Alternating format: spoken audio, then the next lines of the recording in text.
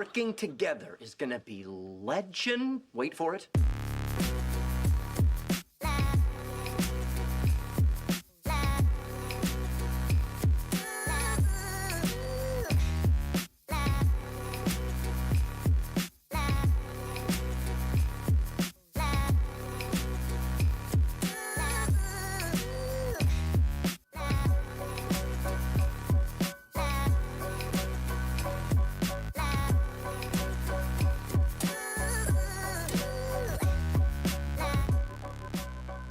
Whoa! Everything's upside down. Whoa! Oh dear. Oh God, Barrett. Post Barrett, you gotta flip it back. I'm not ready for this. This was a bad bit. I'm just saying it right now. All right, and we're back. Thank you, God. The upside down is scary, but we'll talk about that later. Welcome to an episode of Zero Life. My name is Sean, and of course, with me as always is my life partner, Barrett Courtney. That was the worst. That was the worst goof we've ever made ever. I think I'm ashamed to be a part of that. I like how I said it, and you didn't fight back at all. You were just like, yeah, all right. All right, whatever. I do the bits. I'm the bit king here. All right. So if you're watching this show, thank you, because there's so much other things you could be doing right now. Yeah, there's just so much. We were recording this post the busiest day in pop culture in a very long time. Yeah. Yesterday, for us, Was last week for you guys was October 27th. Of course, we're a Zero Life and Nerdy Pop Culture show where you can get every Wednesday at 12 p.m. Pacific time on iTunes, on YouTube. Follow me at Sean Twisters. Follow Barrett at Banana Chung. Yeah. Now that that's out of the way, back to the serious business. This is gonna be a shorter show because I want to go watch Stranger Things. Yeah, we're just gonna go right into impressions of every single one of the big things that came out yesterday. And of course, we only have so much time, so we only have have been able to input so much into our brains. Yeah, I still played a couple games of Fortnite last night, so because I'm addicted. I'm addicted. So yeah, where do you want to start? Because I've really only have experience with Stranger Things, and I've watched some Wolfenstein, and I've watched some Assassin's Creed, so I have some input there.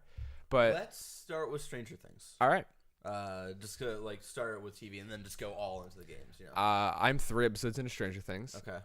That show is immaculate. Yeah. So I'm just an episode in, so we're gonna do light spoilers of the first episode, just because Alyssa hasn't even watched the first episode yet. I just wanted to sit down and watch the first episode before recording the show today. And first thing I want to say, Winona Ryder, looking good. Call me. Winona Ryder? How do you say it? Winona Ryder. Winona. Oh, I've always said it wrong my whole life. Winona? I don't know. Winona is not a name. Winona isn't either. Yeah, it is. I've heard Winona really way more than Winona. I've never heard either of those. I've never heard either of those names in my entire life. Well, yeah, because you made up Winona. That's fine. She's looking good. Yeah, she everybody's looking great, acting great, and I love that the first episode, right? I love that it's dealing with sort of the realistic repercussions of season 1, right? Yeah. I feel like people have been talking about the beginning of the season 2 is very slow and it's not as fast paced and getting to the action as the first season was, but I like that we're sort of taking the time to see where everybody is now, you know, because I feel like if we had just rushed into what the big action of this season is going to be, I'm not sure yet how it's going to play out, what that's going to look like, but I like that it's sort of a year later and we are seeing how Will is doing and how he's going to therapy sessions at that science building and sort of how what's the main kid's name? Mike. Mike, how he's sort of dealing with the absence of Eleven and how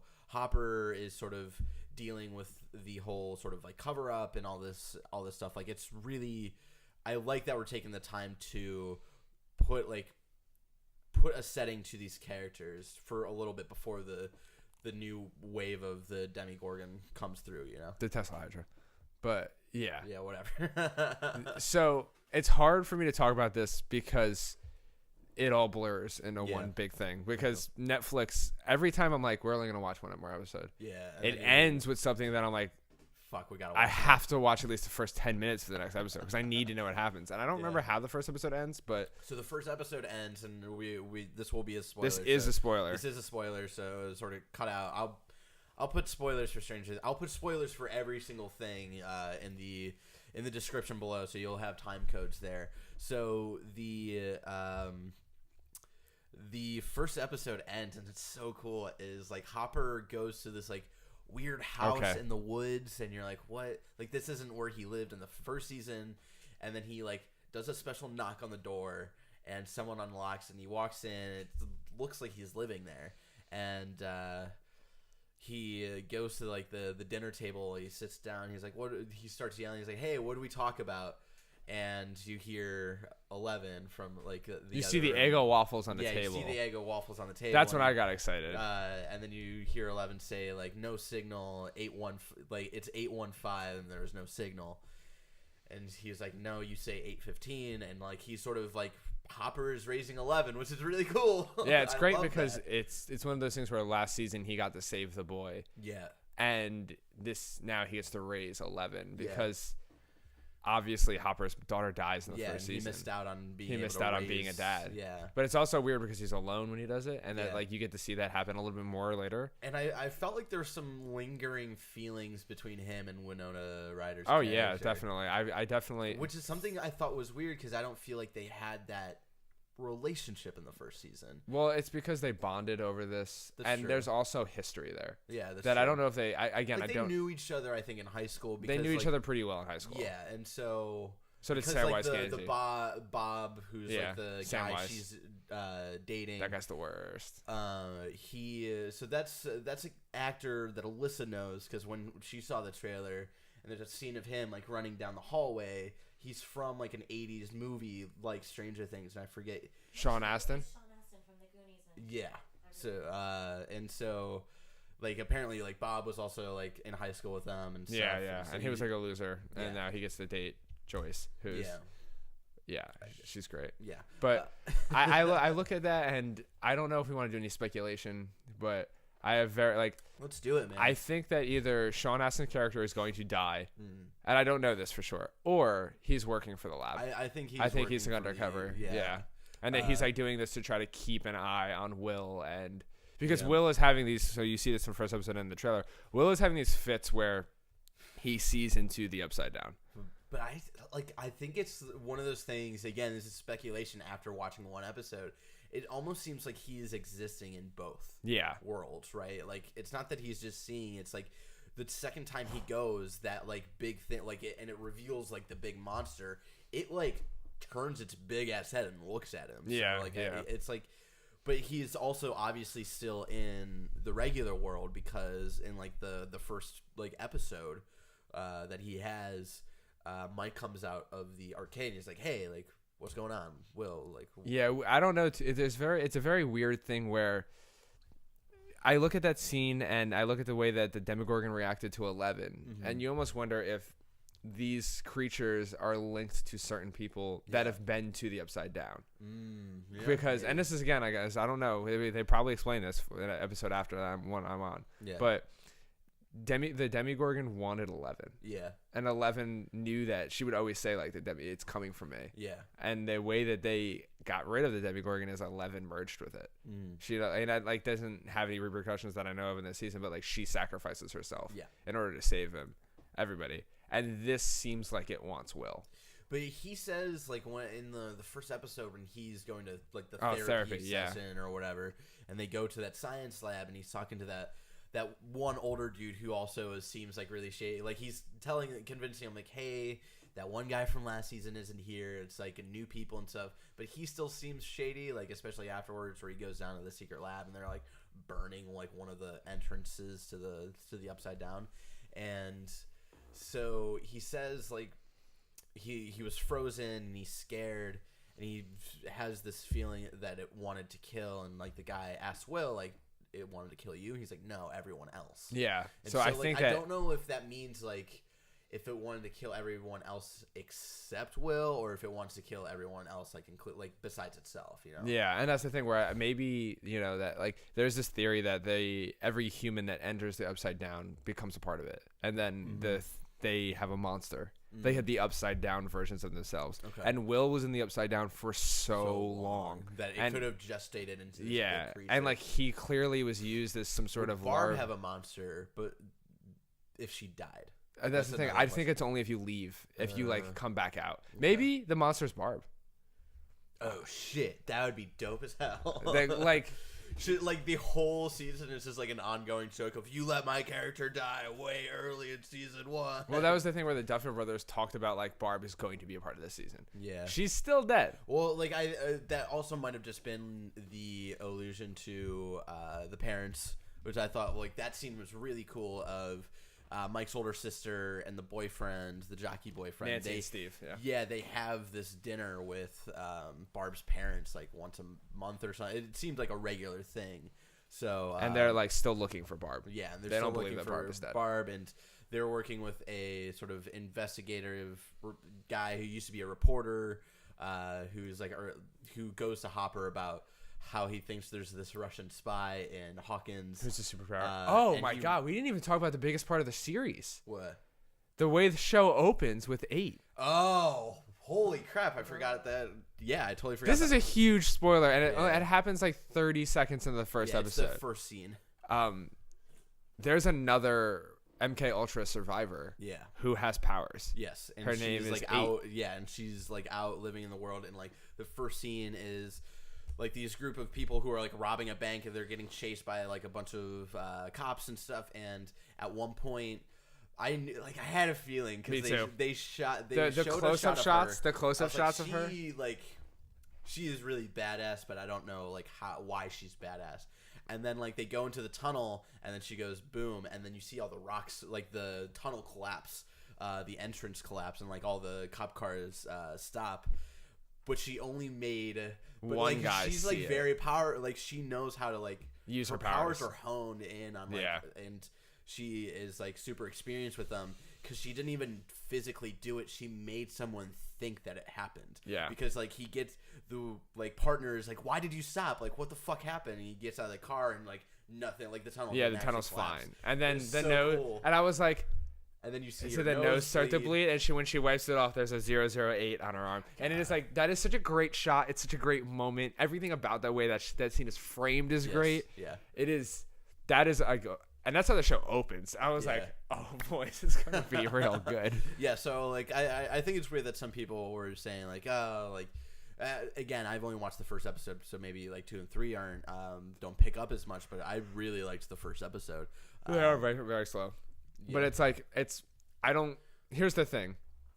I watched this as an 8-episode or a 9-episode arc. I don't watch this as like, oh man, episode 2 or 3, or I'm like, oh man, there's parts of the first act where they're very clearly establishing the world again, and they're establishing that their first season had consequences that people are dealing with now. Yeah, and like Will gets bullied in school for being zombie kid. Yeah. Have you seen that? Is that part? Okay, yeah, I didn't know so if that was was the episode first 1 where he like opens up his locker. And like there's a newspaper snippet of like him coming back, and someone drew like X's over his eyes, zombie kid and stuff. Yeah, and like you deal with Mike having to deal with the loss of 11, and there's so many real. It was so sad when he's in the tent and he's like calling for her, and then he like sort of gives up and he walks away, and then you hear like Mike, and then you're like, oh shit, and then he goes back, and it's just It's Dustin. Yeah. It's like, fuck. And it's like funny, even like smaller things, like Dustin has his teeth in now. Yeah. And and he's using that. It's like a constant joke where like there's a new girl named Max, and both Dustin and what's the other friend's Lucas. name? Lucas. Both have the hots for her, and so, yeah, like, they're like sort of spying on her, and they're trying to confirm if she like beat Dustin's score in Dig Dug. And Dustin keeps using this joke. He's like, how can she resist this? And he like does like he's like, how can she resist these pearly whites? Or yeah, whatever. He's great. He's so great in that scene. I mean, that whole cast is amazing. It's funny to see them have completely gone through puberty. Yeah, because like they're all talking like this now. Like, 11, get over here. Like, and so far I'm like, and I also liked that the intro to that new character, Max, and her older brother, who we haven't really spent a lot Jason of time from Power Rangers. Yeah, it took me a minute. Fat Zac Efron. I was like, why is that Zac Efron? But he looks too chubby to be Zac Efron. But he also has a 6-pack. He has the weirdest like body because he's like. Yeah, he's like chubby Zac Efron here, rocking 6-pack down. I was like, what the hell's going on? I had to look it up. I was like, oh shit, that was the main dude from Power Rangers. So that's cool. And yeah, we see like he's a terrible mullet. Yeah, you see him later, more later on. He's terrible, but terrible mullet and like a weird mustache. Yeah, but I don't know. It feels good to be back, and like I'm so excited to wrap this show and then Yeah. go over and watch it with the boys because Yeah. like every episode ends with like, oh my god. And last night we were like, we have to call it, but like How late were you guys up? we were up till like 2:30. It wasn't too late, but like I was tired and Griffin was tired, Yeah. and we started late because we were just kind of goofing off and like Yeah. watching recaps and like theorizing. So the fun stuff. Yeah, like hyping it up and Yeah, stuff. so we went to It's always Woody's and fun. watched it, and Yeah. it was great. But it's very good to be back and have everybody back and like be excited. And I'm bummed that it's gonna be over tomorrow Yeah. because like that. I mean, Danny Juarez is already on episode 7. Jesus Christ, Danny Juarez. Shout out to Alicia Shimoda, by the way, who is producing this show this week, because Danny Juarez from Las Vegas is in Las Vegas. Dead. Yeah. I'm just kidding. Let's So- move on. Stranger Things is awesome. Yes. Tweet me when you talk about it. No spoilers, please. Actually, by the time this goes up, you won't be able to spoil it for me. Yeah.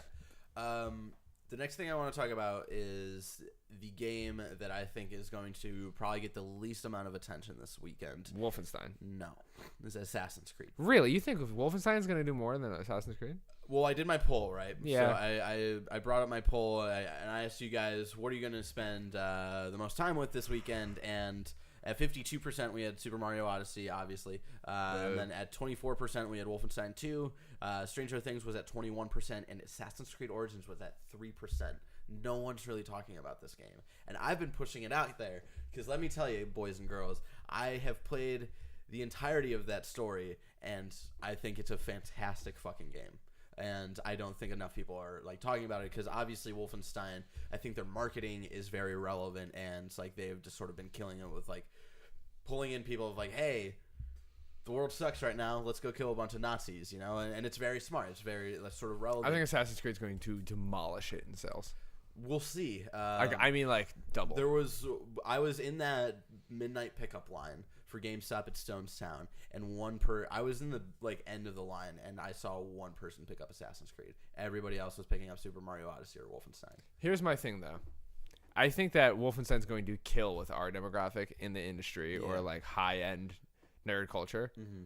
I think Assassin's Creed is going to mop the floor with We'll it see. in We'll the have to wait for normals. October Of course. numbers, Yeah. Which we actually won't have to wait that too long. long. Yeah, so- probably by the because- next episode we might be able to talk about it. Yeah, but that's just my I'll theory. definitely look up NDA for Because that. let me tell you, I've watched and I'm gonna play this Assassin's Creed. Yeah. It's gonna be my first Assassin's Creed game since 2008 because I don't really enjoy those games because I Yeah. think the combat is terrible in them. So I'm interested to see, and this is one of those things where we talk about all the fucking time where we hate when things are called the Dark Souls of things. Yeah. And so while I was playing this game, it was like, fuck, people are going to call this the Dark Souls of Assassin's Creed. But they're more right with this one because I feel like the combat itself sort of lent itself from Dark Souls or a game like that, where the actual gameplay combat mechanics feel like they're from those games. Good, because I mean that's obviously the best part I of those don't games. think it's nearly like those games are famed for being super fucking hard and you have to doing it over and over and over again. I don't think that's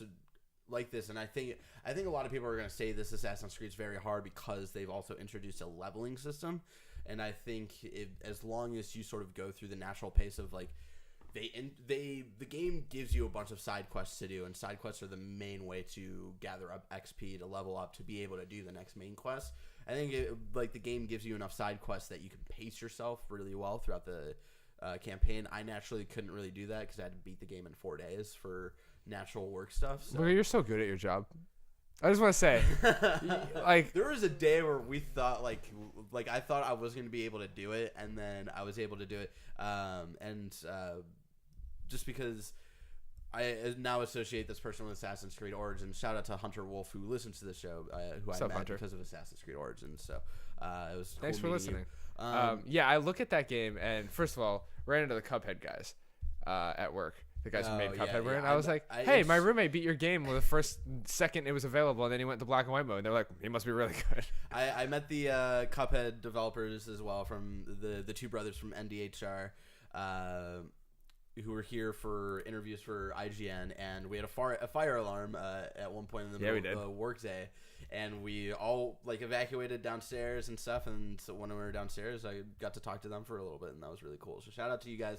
You guys made a fantastic game. Again, I said a lot of that when I met them. So Yeah, I just wanted to say it's funny because like you're just beating all these games. Everybody wants to be Barrett because he's beating games left and right. Yeah. But I've watched Tom, our good friend Tom Marks from IGN, Shout our out to Tom PC Marks. our PC editor, play a lot of Assassin's Creed. Mm-hmm. Not a lot, but I've played some, and Yeah. I was like, that looks cool. Yeah. That looks pretty damn cool. So, and I want to like shout out the story to this game because I think the story is really, really cool. And the reason I've loved Assassin's Creed, the series, so much growing up was never because of the gameplay. I always sort of accepted the gameplay until like Black Flag. I genuinely love like sort of how Black Flag feels, especially with the ship-to-ship combat. And like I just love the whole sort of like alternate history and like being able to like like which historic figures are we gonna meet in this game, right? And it's really cool to like meet Cleopatra and Julius Caesar in this game and shit. And like I just want to shout out Bayek and Aya. Bayek from Siwa is the man you play as, who's the last magi of Egypt.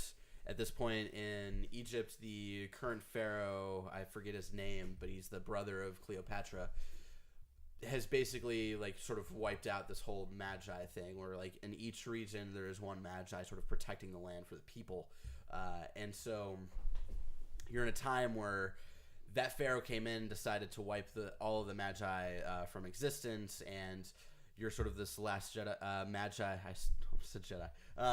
magi in existence.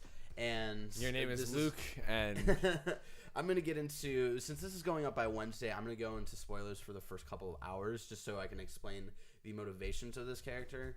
Essentially, the Pharaoh is working with this secret order, and this is sort of like, you don't see any assassins, you don't see any Templars in this game, and that's why like this game is definitely like for later on in the story, this game is definitely origins of Assassin's Creed, which is how they do it later on in the story is really, really cool, and I'm a huge fan of. I don't want to get into any more of that here, but the intro of like the motivation of Bayek is that at one point the Pharaoh goes to this secret order, I think called the Snake, I think is what they call it. There's a lot of like animal names for characters and organizations and stuff, so it's hard to keep track at one point, but they kidnap your kid and they like knock you on the head and sort of you wake up, and then you wake up in this temple, and they bring out the apple, like the piece of Eden from like the earlier games, which is really cool. And they're like, how do we use this to like open this temple and all this stuff? And you try to escape, and your son like steals like a knife from one of the guys to like cut open your rope that's tying you together. And you're trying to fight these guys, and at one point you like have a sword and you're trying to like put it into one dude, and he moves out of the way, and your sword goes into your son. And so they basically made you kill your own son. And so the motivation, and that's like I think within the first hour, and the motivation of the game, it takes place a year later after that, of you hunting down and every single person who is in that room and part of that organization who sort of like ordered basically the hit on you, basically. So it's really cool. Bayek is a really strong character. Like in previews, I thought he was gonna be like a one note, like he's like always angry and like it's like Altair. Like it's the worst, like, man. Like whatever. But Bayek is actually probably like, even like I feel like all Assassin's Creed protagonists have that fault in them where they're all very like one note, like depending on which game. Like even Black Flag, my favorite game, Edward Kenway is all sort of just swagger, and there's not a lot of more depth to him than that. Like there is a little bit at the end, but besides that, it's like whatever. And then Arno from Unity is like a fucking French pompous douchebag. It's like, all right, who cares? But Bayek actually has soul in him, and I was talking to Hunter Wolf, and it's like this is probably the first game since the Ezio games where we would be totally fine with a sequel from this character, because he's got so much emotional range from him. Like, yeah, he has the capacity to be a terrifying badass, but then there are a bunch of side quests that like you help out this little girl and you're super friendly, and like you care about the people of Egypt, and I love that. And Aya is a very like strong female character who is your wife and is doing her own thing, and there's a lot of... She's a strong, independent woman. She don't need no main Exactly. character. And there's actually a lot of conversation because they have this lost child together. There's a lot of conversation throughout this game about what their relationship is anymore, and so there's a lot of cool conversation about relationships in a marriage where like your child dies and like how people deal with that, and it feels real. Like that's the cool thing. And it's like the first time that you meet up with your wife in the game the year later after your child dies, like you're making out and you're kissing because you missed each other and you haven't seen each other in months, and then you bring up Bayek brings up the son of like, hey, I killed like one of the dudes, and she's like, don't talk about that, or like, I don't want to talk about Read that. the room. And so it's like their relationship is really fucking great, and even to the end, there's a big decision at the end, which sort of leads into, I feel like, the rest of the series that I really loved. I think this is a very special game in the Assassin's Creed series. I think it's definitely a game, like probably top 5 game of the year contender for me, just because I think the gameplay itself is fun, and I really love the story that they had to tell within the like Bayek story, and also like how they connected it to other games was really, really cool. So as like a long time in and out fan of this series, I love this, and this is probably, I don't know if it's my favorite one, because I still have to, like, I have to give it space. I gotta give it time, because Black Flag is so close to my heart. But I think this is definitely the best Assassin's Creed game. It's cool. I look forward to playing it, especially because it's like a prequel, so I don't have to really worry about the old story to get into it. Yeah. And there is modern stuff, but it's so like, the most we got out of the modern storytelling the last couple of games was like, you were staring at a TV screen, I think in Syndicate or whatever, and someone talks to you through a TV screen. And so like, there is an actual character you play as in the modern thing, but it's so like, I think there might be 3 or 4 times that you actually have to go and do that. And it's like, there's one cool thing in the modern stuff that connects it to the rest of the series, but again, you don't. Yeah, I'm always like, why do they do that? Yeah, because it's like, here, let's just pull you out of this great game and put you in this clunky, like, it doesn't feel especially good. Ever since 3, where Desmond Miles like dies, it's been like this whole like, who cares anymore? Who cares about this? Yeah. Like Desmond Miles, like, he wasn't a great character, but he was like sort of the character that sort of threaded that series at the beginning. And so by the time he dies in 3, it was like I don't care about any of these other characters. Like, it all sort of came into Miles, so it's like, it's whatever. So if that's your thing, like, that's cool and whatnot. But I think it's way cooler how the actual Bayek story connects to the other games. So yeah, I think that's very interesting. But yeah. So I haven't gotten a chance to play Assassin's Creed, but I definitely will. Mm-hmm. I think you'll genuinely really enjoy it. I probably will. I also like the very architecture, how it's very accurate. I remember our friend Youssef was talking about that. Shout out to Youssef. You guys should go follow Youssef on Twitter. I don't know his name off the top of my head, but you guys can. I retweet him very often. You can find him. He had a great thread because he is an architecture major. Yeah, and he is also like very attached to this because of, you know, these. Even the first scene where it's 2 Egyptian men on screen talking to each other and like their main characters, and that was like really important to him, and he had this whole thread about it, and it was like I got emotional a little bit like reading it. I think following him makes this game better. Yeah. Personally. Yeah, but. And he loves this game, and I'm glad he's loving this game, and I think it's really cool and important. And apparently the Sphinx is in the game, and I've yet to find it. Interesting. It's got to be, the map is so big, and the campaign doesn't naturally take you everywhere, so it's probably just in one of the sections, like one of the few parts of the map that I just didn't go to yet. So yeah, we had to beat the game real fast. It's true. Now we're gonna breeze through Wolfenstein and Mario because I'm gonna play both those games 100%, and I don't want things spoiled for me. Mm-hmm. So Wolfenstein 2, I'm just gonna get into very light, like first 5-minute like spoilers of the story.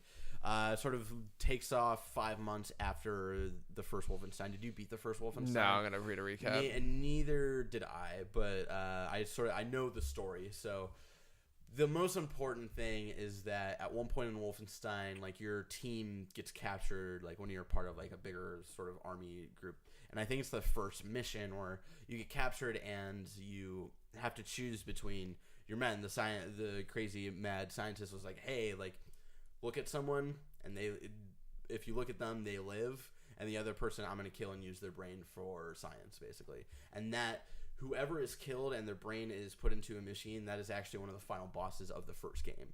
And so you basically sort of do that at the beginning of this game too. There's a bunch of flashbacks, so it like sort of there's no like cross save from like Wolfenstein 1 to 2. It's just like, hey, whichever timeline you picked, whichever guy you save, like do it again and stuff like that.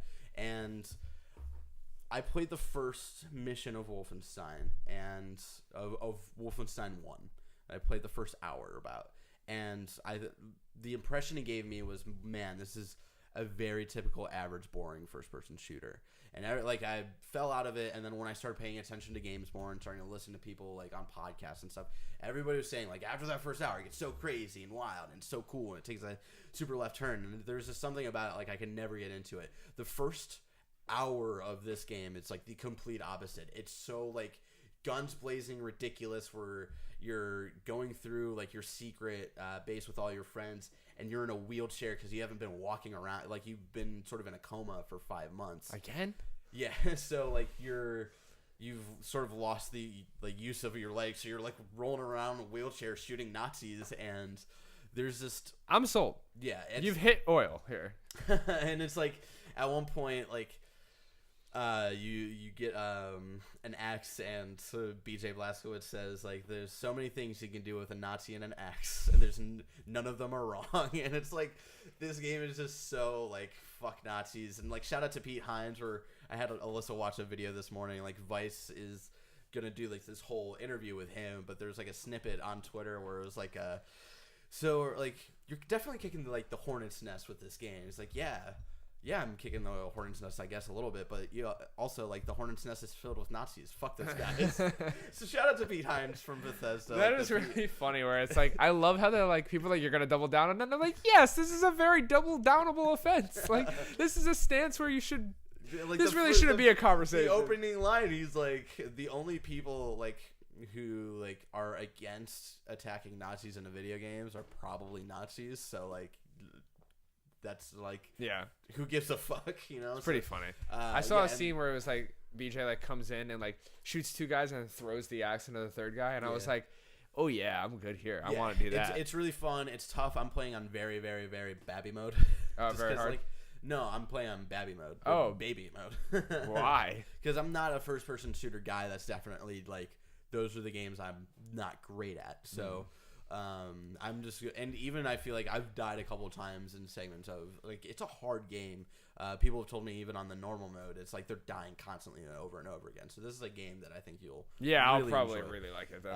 And I think like the characters are ridiculous. I want to pick a different timeline because like I picked one of the guys, and in one of the first trailers that like appealed me to this game was at the end of one of the trailers. There's a dude who like takes acid in the middle of like a firefight, and he starts like seeing cartoon characters and stuff. And apparently that's the guy I decided to kill. So I want to like, I'm only like an hour and a half in, so I figure like, yeah, I should just restart and save that character so I can see like just what weird shit we can get from that character. So. Yeah, I'm excited. I'm excited to play it. And Mario's the same way, where I look at Mario and I see Mario got a 10 on IGN.com. And it's getting perfect scores pretty regularly. Pretty much like. A lot of big sites, yeah. And I look at it, and although I'm very worried that I'm not going to actually have fun playing this game because challenge is what makes me have fun. So, and I don't buy into the whole like, well, finding all the stars is challenging, because like, no, that's not why I play video games. I don't play video games to collect things. Yeah. So then the platforming thing hasn't been your thing since Super Mario. Yeah, World. Like 1. Well, No, even I mean, World, like you could save in World, and when you lose all of your lives, you just start. Yeah, there's still I would never. If I lost all my lives, I would delete my save. As a child, even like I didn't want to. Like, there's a live system for a reason. In my mind, it always has been for a kid. I don't know. Since It's just like you could still like go through the thing with that game was hard. Yeah, and there are parts of Super Mario Odyssey that I think that are hard and challenging and make you think of like, how do I do this? You know. But the thing with the life system that I think you're weirdly getting hung up on is like, I don't think lives have mattered really since Super Mario Brothers 3, because there is definitely like points in Super Mario Brothers 3 where like if you lose lives, you have to go back a certain point, right? And even Super Mario World, like you lose all your lives and then you could just open it, like say like wherever your last save was, that's where you'd start. You'd start with 5 lives, and you'd still like have coins and shit. So like it didn't really feel like an impact, you know. Super Mario Brothers 1 I feel like was the most important game of lives, right? If you lost all your lives, you had to start all the way back at the beginning, right? And I think that's the game that had the most impact. But the life system hasn't really mattered in Mario games in forever, and maybe that's why you dropped off. Like, yeah, I mean, so I don't, early. I Like, haven't Mario, liked Mario games since Super Mario World. yeah, like Mario 64 definitely like didn't matter, and I feel like every Mario game, like, and I haven't really cared about a Mario game since Mario 64, and that's just personal. Like, I think Super Mario Sunshine is a trash game and has trash controls and is just really bad. So stop defending that game. And like I just didn't own a Wii, so I didn't play Galaxy 1 or 2. And then like the next Mario game I had was 3D World on the Wii U, which was like sort of a 3D game, but like more of like it was a 3D game, but in the 2D platforming like formula, right? And it was still really fun. I enjoyed it. And then there's another like platforming Mario game on there that like bless you that Alyssa and I would play and we enjoyed and whatnot, and we played 3D World together a lot when we first got it, so we enjoyed it. But this is the first like actual 3D game of Mario that I've really enjoyed since 64, and I don't know, I just think the life system I just don't think is like what makes platformers challenging. And yeah, I guess like I can understand your train of thought where like make the platforming itself challenging, and that's the challenge in and of itself. But like I don't know, I think the life system is it's a weird thing to get hung up on, because like the most impact it would have is like you'd lose all your lives in 64, and then you'd get 5 lives when you like restart, and like your coins would go down. And so they've taken basically just one step away from when you die. You just get coins taken away, right? I don't know. It's one of those things where, I mean, when you die in this game, you just lose 10 coins and start directly at your last like checkpoint, right? Yeah. So you start at like your last checkpoint, and which is not usually very far from where you died. I mean, it depends, because there are like bigger kingdoms where like you might have been somewhere way off from like the last checkpoint you were at. So it varies. And I think like again, I do think there's something enjoy, because I like collectathons, and this game is very much a collectathon, and there is a challenge of like, it's not a challenge of like finding where a moon is. It's like seeing a moon and being like, fuck, how do I get there? That's the challenge, and I like that. And it makes you think of like, okay, what are the abilities that this game has introduced to me? Like, how do I use those abilities to get to that place? And that's why I liked Donkey Kong 64 so much. And I'm not even trying to make a joke here. It's like that was the enjoyment of that game, because it was very much set up where you'd see like this really like upward hill, and you're like, how the fuck did, like, you try to run up there as Donkey, and you're like, how the fuck do I get up there? And then like 5 hours later you unlock Lanky Kong, and then 2 hours after that you get Lanky Kong's like super running ability, and then you can use him to like go up that super big hill and stuff.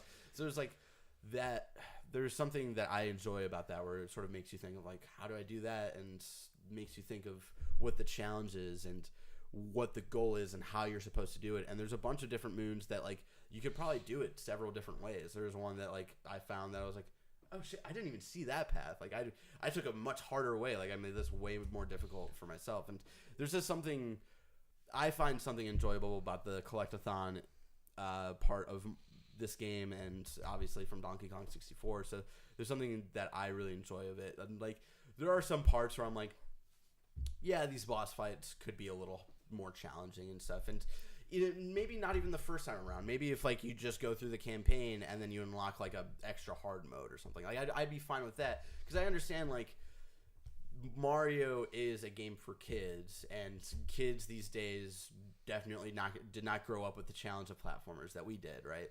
So it's like they're trying to balance of like, what can we make accessible to kids these days, but what can we still entice into like people our generation? So it's like, I agree. It's one of those things where I don't know, and I think that's why I outgrew that genre. Yeah, where it's just that's not. It's just not for you. I don't look at games for anything other than a challenge. Mm-hmm. Like games aren't like to unwind for me. Mm. Like when I play games, they usually Sean wants to be stressed the fuck out when he plays games. Yeah, it's true. Like I played a game of Fortnite last night where Griffin and I were like in the top 3, and I was like legitimately sweating, and I was like, this is awesome. Yeah, because then I died and it mattered. Like I was like, God, that's so frustrating. I was like so mad, but then I was like, well, like when you win, it makes it feel so much better. See, like I understand that, and I do like I see that and I get it. Like, but I feel like there's two parts of early Mario, right? There was the challenge and like dying and like that mattering, and I think that's definitely geared towards you, and I do that and enjoy that as well. And I wish there was a little more of that in this game. Like, there are definitely parts, but there like are some segments where I was like, man, I would like a little more challenge here. You know? Yeah, and I think and I haven't even beat the game yet, and I hear that like the real challenge comes in like post campaign, where it's like you beat the game and you have like a little less than 200 moons, and there's like 800 total in the game, and like that's like where really the challenging part of the game comes in, and I'm excited to do that. That's like though like get all the flags in Assassin's Creed, you know? It's like that just doesn't sound fun to me. So I don't know. I'm gonna try it. So the thing is that I think the way that they set it up is like I love. Like, you liked the difficulty and like the challenge part of Mario and like Nintendo games back then. I like the discovery aspects, you know. Yeah, you're more of a 64 kid. Yeah, and so like that's why I loved Zelda, right? Is like because like the game was challenging, especially with like later boss fights, especially if you went through that game without the Master Sword. But that game was also about discovering just a bunch of different shit, and I think that's definitely true for Mario. It's like it's not like I think the puzzles and the things that you have to do in this game are satisfying enough where it's like, oh, thank God I got this moon. It was like, oh, cool. Like, I figured it out. Like, that's really cool. And I do think that there is definitely a degree to that. But, like, and again, I don't want to sit here and shit on Nintendo because people think I'm a Nintendo hater, and I'm not. I own a Switch. You know, like, I'm trying these games, and I just genuinely want to like them. And it's the same thing where I played Zelda, and I was like, nothing you do in this game matters. Yeah. Like, everything that you find in this game is gone within a minute of you finding it. In the first minute of you using it. But then, like, building up to what? You never get anything. You gotta, like, use your weapons, like, sparing. Like, if you have, like, a good build and whatnot, like, you should. If you have a good build, it'll be gone after the first encounter. And that's my whole thing where it's like, I after about an hour, every time I opened a treasure chest, I was like, who cares what's in this? It's going to be destroyed in my next fight. I don't know. I did not mind the degrading in Zelda whatsoever. Because I actually think that the difficulty of fighting things in Zelda is fun. Yeah. And like I was like, this is like the combat is good in this game. Because here's the thing, I think you'd be like, I don't know. I liked the weapon system in Zelda just because I felt like the path that I took, I feel like I was finding like, oh fuck, like this broke, but then I find like something else that like is even better. Like I thought like I was at a pretty good pace. Like once you get off the Great Plateau, from there I thought I was at a pretty good pace of like losing and finding weapons, you know. Yeah, so, I don't know. For me it was like every time I got off the Great Plateau and I was playing, I played 6 hours of Zelda and I just deleted my save last night and let somebody else play because I was like, who cares? Like I just genuinely don't care because every time the art of discovery was hollow for me because anything I discovered I lost almost immediately and it didn't matter. And the thing with Mario is like, I just hope that the difficulty thing isn't too much of a thing for me to get over because I remember playing Prince of Persia. And like the first Prince of Persia Sands of Time on Xbox is a masterpiece. Yeah. And then there's one on the Xbox 360 where if you die, it literally starts you 1 second back from where you died. And I just turned the game off the first time I died. I died and I was like, oh well, I didn't realize this game was fake, and I just turned it off. And I was like, I don't know. There's just like a sense of wonder and discovery and joy in this game. Like I was saying on the vlog last week, where it's like this game seems like the magic and happiness of Disneyland put into a game. And it definitely, like, 6-7 hours into it, like, I'm still feeling that. And I think, like, there's definitely, like, Metro Kingdom, New Donk City is, I think, like, halfway through the game. And, like, that was, like, I was loving the game until, like, up until then. And then I got to Metro City, or Metro Kingdom, and I was like, fuck, this is awesome. Yeah. That stage, like, in itself is just great. And the way it ends, like, I don't want to ruin it here, is just, like, I was grinning. And I might have teared up, but there's no proof that I teared up. So, but the thing is, like, here's the thing for me is that like I don't buy into the, like, the whimsical, like, I don't know, the Nintendo thing. Like, I grew up with Nintendo. Nintendo means a lot to me because it shaped me as a child. But I've never just given Nintendo a pass, and I've never like ever been like, I don't think I feel the Nintendo magic, just like I don't feel the Disney magic.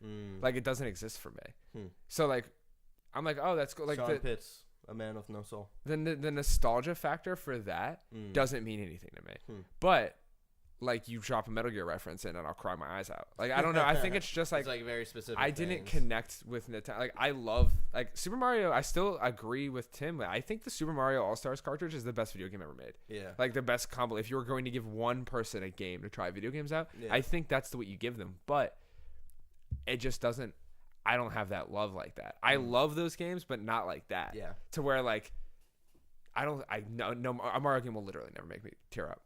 But like seriously, Snake could be like, Otacon. I'm like, dear God, why?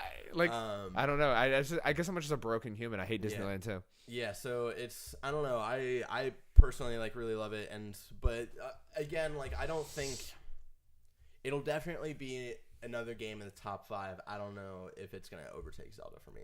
Like, yeah, I mean a lot of people I feel like a are lot of people are like, this is gonna be game of the year for me, and like they're already like it's because it came out at a better time. Yeah, it came out at a better time, and so but for me realistically, like even with the hype and the love I have for this game, like realistically looking at it, it's like Zelda's more closer to my heart. I think Zelda, for me at least, in my opinion, is a better just game. Because like even though you don't like the weapon system, there is like a challenge in that game, and I think I liked that, and I like that series way more. Like that series is closer to my heart than Mario. I can appreciate that. So I'm not talking shit on Mario, by the way. I know. Yeah. I'm just saying that. Yeah, if I the wanted to main bring up the appeal, difficulty if the main conversation. appeal for that game, and this is what I'm hearing, is that it's so magical, that's not going to be good enough for me. Yeah. Like the game itself has to be good. Yeah. Like very, very, Yeah, very and I good think in order for me to like actually want to play it. honestly think it is good for like in the platforming genre, but again, I don't know if I don't know it's where still that. gonna be Yeah. So I'm you. interested, and I don't want people to think I'm being super negative on Mario because I haven't played it. Yeah. So I've seen you play it. Yeah. Looks fine. Yeah. Like.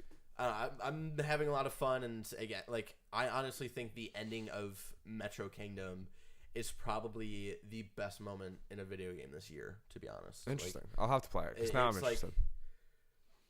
And it definitely play it. Like I don't want to say too much because I think it's so special. So I won't say anything. Best else. moment in a video game for me this year was winning a game of Fortnite the other day. And it was really hard, and we struggled. Another point that I teared up this weekend was actually this morning when watching the first episode of Stranger Things. Yes. And at the end and seeing Hopper with 11, I was like, fuck yeah, that's awesome. Yeah, that made me tear up, and the intro made me tear up. Like seeing the intro come back, and I was like, oh, yeah. I was like, yeah. It's like, it's just, I don't know. I love that series so much, and to see it back, I was just like so stoked. I love these characters so much. I get to spend more time with them. It's like, it's just very, very, for me, it was very like, because like this was Mario weekend. I mean, for Christ's sake, Pornhub had Mario hats on all their videos. Jesus Christ. Like, I was told that. Wolfenstein, this is Wolfenstein and Assassin's Creed. But for me, it's Stranger Things weekend. It was Stranger Things weekend. Because at the end of the day, Monday morning, Stranger Things is getting spoiled for me. Yeah. When I go to work. So it has to be, I have to be done with Stranger Things by Monday morning. And like, yeah, I'm going to be. I'm so pumped to go watch more. I think we should wrap the show up. Just one more thing. Like, I know Mario's out and everybody's going to be playing Mario, but like, don't lose attention for these other games. Like, I haven't played enough of a lot of Wolfenstein, but like, I'm already like really loving Wolfenstein. Oh, I downloaded South Park last night, by the way. I think you'll really enjoy South Park. I don't think it's as good as Stick of Truth, though. Fair enough. And don't forget about Assassin's Creed. Like maybe put in Mario and Wolfenstein in now because those are shorter games. Assassin's Creed is definitely like a 30. Like that's gonna take at least 30 hours for you to beat. So maybe like leave Assassin's Creed for later on in the month or in December when games aren't coming out anymore, but definitely play Assassin's Creed. That game is so special in the series. I think it's a special game this year. Even in a year where Zelda changed open world games and like how the formula is, I still think that it was hard for me to like play Horizon Zero Dawn after Zelda. I was like, I can't get into this. But I think like Assassin's Creed broke that for me, where I was like, oh shit, like this in itself is still like so special that like I can get over not being able to climb on everything and just how Zelda works and open world stuff. But it's more, Assassin's Creed is more like, the entire time I played it, it reminded me way more of Witcher and way more of Red Dead I'm hearing Redemption. that all the time. Witcher And that's and Red good Dead because I think that Redemption than Red Dead Assassin's is, Creed. yeah. For me, I want to stress the fact that I haven't played Mario and I haven't played any of these games. But I want to congratulate all the teams that worked on them because I Yes. do think it's very special that we are so blessed after reading all the terrible things that happened with EA and Visceral. And Yeah. how did you read? I still need to. You read should that read article. Schreier's article. It's pretty incredible. It's a miracle that video games ever come We haven't out. yet to talk about that, so I just want to say our heart thoughts goes out to everybody to that was everybody at affected by Visceral. Visceral's layoffs. I got the general story, but I do want to read the full article. I don't want to butcher it. Yeah, so like I got the general story, and I don't want to butcher it either. So I don't want to again, it's like very segmented thoughts and pieces of the articles that I read. So It sounds like they were set up to fail. yeah, and it sucks, And it's Battlefront. It's actually it ended up being Battlefront's fault. Yeah, and it's weird, and so it sucks. I'm sorry that there were layoffs. Hopefully, that was a special team, and not just because I was excited that they were going to work on a Star Wars game. That team made Dead Space. And Yeah, Dead Dead Space 1 Space is and 2 incredible. are both incredible games. I hate horror game, scary video games, and those two were still so fun and good enough for where I would power through it. Because Yeah. there's still there's something about those games that were really special. Dead Space So 1 is an immaculate game. That's I top remember- 5 horror games in my opinion. I remember one New Year's Eve playing the first couple hours of Dead Space 2 with 3 of my friends, and it was that will always stick with me. The intro hours to Dead Space 2, I they're love great. so much. And So- yeah, I just wanted to say that it's a miracle that video games come out, and it's easy for me to sit behind this square desk and be like, well, I don't think the platforming genre is for me anymore. And that doesn't mean I think your game is bad or by any stretch that your art lacks importance. So I just wanted to stress that because I'm a negative person sometimes and I can harp on games, but at the end of the day, I love the fact that there's so many games out, even if I don't want to play them all, and I want to go home and watch Stranger Things. It's a great time to be playing video games right now. It's the and best really time. cool. Every week is the best time. Every day it feels like it's getting better. At So some point this weekend, I gotta watch Star Wars Episode 4 because I'm Dude. rewatching. priorities. So I'm watching a Star Wars movie every weekend to lead up to Battlefront 2. So this weekend will be Episode 4. Weekend after that will be Episode 5. Weekend after that will be Episode 6, and then that third. Forget if it comes out on Tuesday or Friday. Either that Tuesday or that Friday, Battlefront 2 comes out. Battlefront 2 takes place There's sort of 7. during. There's 7 of them, right? No, I know, but Battlefront 2 takes place during Episode 6 and after Episode 6. It's the gap between 6 and 7. So I'll play Battlefront 2, and then I'll watch Episode 7, and then I'll be all good for Episode 8. Yeah, I guess I probably will be just as good. But I'm not going to do any of those things. But all right, thank you guys again for supporting the show. If you guys want a new spooky tee, No, it's too late. is it already over? It's over by the time they're watching this. You should have bought it, you sons of bitches. I'm just kidding. I should buy mine. Yeah. Make sure you guys go to the website or go to the YouTube channel. Give us a subscribe. Leave a comment. Like the video. Subscribe to us on iTunes. Follow me on Twitter. I'm at Sean Twisters. Also on Instagram. Sean Twisters. Follow Barrett at Zero Life Barrett. No. Damn it. Bananler Chung. He's that on Instagram And too, I think. also, happy November, because that's when this episode is going up, is November 1st. Oh, shit. Which is so crazy to think about. How is it already November? Happy November, everybody. Jesus Congratulations Christ, to all yes. the amazing people who put out all this amazing content. Yes. Hit the music.